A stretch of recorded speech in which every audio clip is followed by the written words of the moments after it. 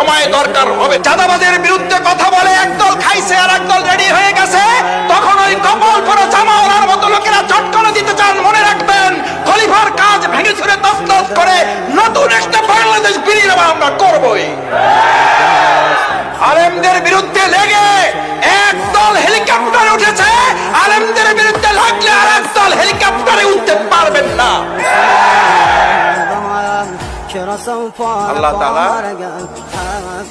আলেমদেরও দেখেন, জালিমদেরও দেখেন। আল্লাহ তাআলা আলিমদের সাহায্য করেন আর জালিমদেরকে সাহায্য করেন। সুতরাং আলেমদের বিরুদ্ধে অবস্থান নিয়ে কেউ জালিমের কাতারে যাওয়ার চেষ্টা করবেন না, পরিণতি কারো ভালো হবে না। সে যদি শফিকুল ইসলাম মাসুদ হয়, শফিকুল ইসলাম মাসুদের পরিণত তার চেয়ে ভয়াবহ। কারণ আলিমেরা কথা বলে জনগণের কল্যাণে, ইসলামের জন্য। আলিমদের সম্মান করতে শিখুন, নামকে বিকৃত করা থেকে বিরত থাকুন। ফ্যাসিস্ট